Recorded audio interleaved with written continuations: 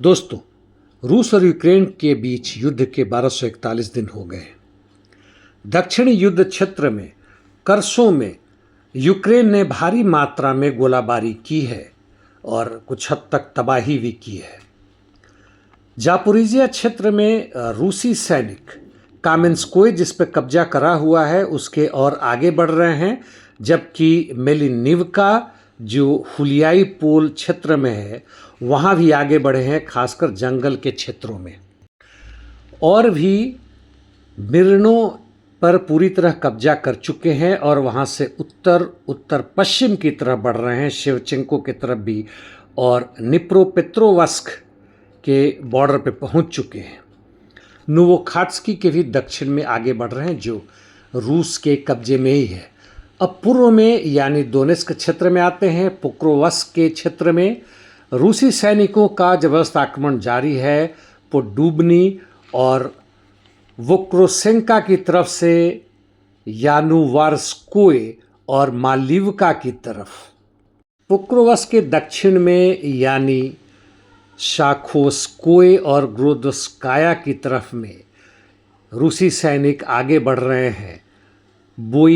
बोइकिवका के दक्षिण और फेदरोवका के भी दक्षिण में।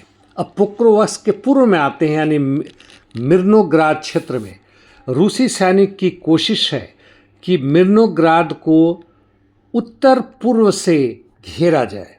मुश्किल काम है क्योंकि पोक्रोवस्क और मिर्नोग्राद में यूक्रेन के सैनिकों का बहुत ज़बरदस्त डिफेंस लाइन है।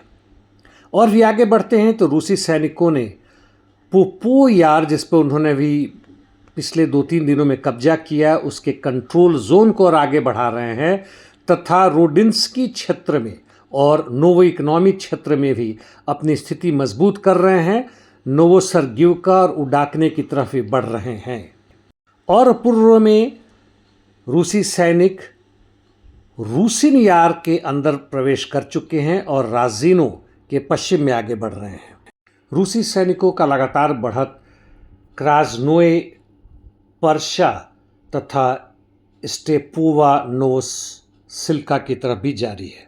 टोरेस क्षेत्र में आते हैं तो पोक्रोवस्क टोरेस की तरफ से रूसी सैनिक कॉन्स्टांटिनिवका की तरफ लगातार बढ़ रहे हैं। उन्होंने नोवास्पास्की और लियोनिडिवका पर कब्जा कर लिया है और दालिवका के पश्चिम में बढ़ रहे हैं। चासियोयार में कई हफ्तों के लड़ाई के बाद से उन्होंने स्टूपोचकी पर पूरी तरह कब्जा कर लिया है और वहां से वो प्रिद टेक्नी की तरफ आगे बढ़ रहे हैं। सिवेर्स्की और उससे सटे हुए सेरेब्रियांस्की फॉरेस्ट्री की कोई खास खबर नहीं है, लेकिन और उसको उत्तर में आते हैं यानी अब पोक्रोवस्क के नॉर्थ ईस्ट में आते हैं तो यहाँ पर लाइमान क्षेत्र में रूसी सैनिकों का जबरदस्त आक्रमण जारी है। इवानोवो माकिवका ब्रिजहेड जो ज़ेरबेट्स रिवर के पश्चिम में है और लड़ाई भी जारी है कार्पोवका की तरफ। दूसरी तरफ नॉर्थ ईस्ट यूक्रेन के और ऊपर में आते हैं तो रेड कोडूब की तरफ भी, वहाँ पे बल्कि ये कहें कि यूक्रेन की तरफ से काउंटर अटैक ज़बरदस्त रूप से जारी है, जिसके कारण उनको पार्शियली हल्की से सफलता मिली है। जबकि ग्रीन वैली की तरफ रूसी सैनिक करीब 4 से 4.5 किलोमीटर बढ़े हैं और वहाँ से वो कोलोडेजी के पश्चिम में भी बढ़े हैं और टॉर्स्की क्षेत्र में दोनों तरफ से काउंटर अटैक जारी है।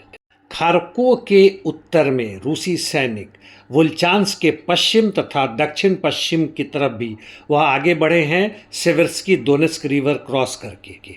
खार्को और बेलगोरद के बॉर्डर पर रूसी सैनिकों ने देहतियारी नामक गांव पर कब्जा कर लिया है और मेलो, जिस पर पहले भी कब्जा इनका था, उसके फॉरेस्ट क्षेत्रों में भी वह आगे बढ़े हैं। बेलगोरद के कई क्षेत्रों में, तकरीबन 1 दर्जन से अधिक क्षेत्रों में यूक्रेन के यूएवीज ने आक्रमण किए हैं, जबकि कुर्स क्षेत्र में रूसी सैनिक टेटकिनो के दक्षिण में बढ़े हैं। राइजिवका जो सुमी क्षेत्र में यहाँ से सटा हुआ है उसमें प्रवेश कर चुके हैं। जहाँ तक सुमी क्षेत्र की बात है वहाँ पे ज़बरदस्त काउंटर अटैक जारी है यूक्रेन के सैनिकों का। ओलेक्सिवका और याब्लोनोका की तरफ, यहाँ तक कि कोंद्रातोवका की तरफ भी। रूसी सैनिकों का आक्रमण जारी है अंद्रीवका और यूनाकिवका, जिस पे उनका 70 से 75% कब्जा है। युद्ध के दौरान जहां तक प्रिजनर्स ऑफ वॉर की एक्सचेंज की बात थी, जो जून के शुरू में ही इस्तांबुल एग्रीमेंट के दौरान हुआ था, रूस ने यूक्रेन की 1000 डेड बॉडीज वापस किए हैं और बदले में उसे 19 डेड बॉडी मिले हैं। ट्रंप का मास्टर स्ट्रोक कि अमेरिका का अस्त्र शस्त्र अब यूक्रेन को मुफ्त में नहीं जाएगा बल्कि जाएगा, वह नेटो और यूरोपियन यूनियन के देश खरीदेंगे।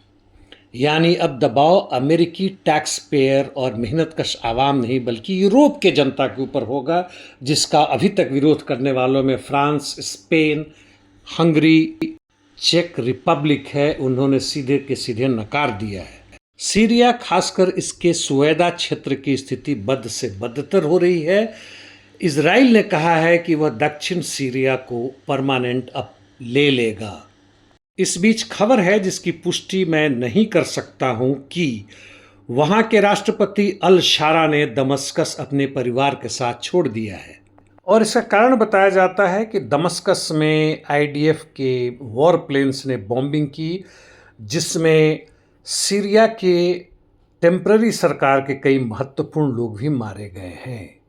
मोल्दोवा में वकीलों ने जबरदस्त हड़ताल किया है। संविधान में अमेंडमेंट का ये हड़ताल इजराइल में भी चल रहा है, दूसरे जगहों चल रहा है।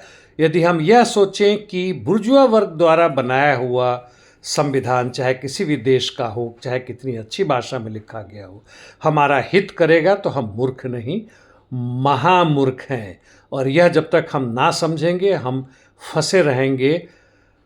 और इतना आज के लिए काफ़ी है दोस्तों, कल मिलते हैं। धन्यवाद।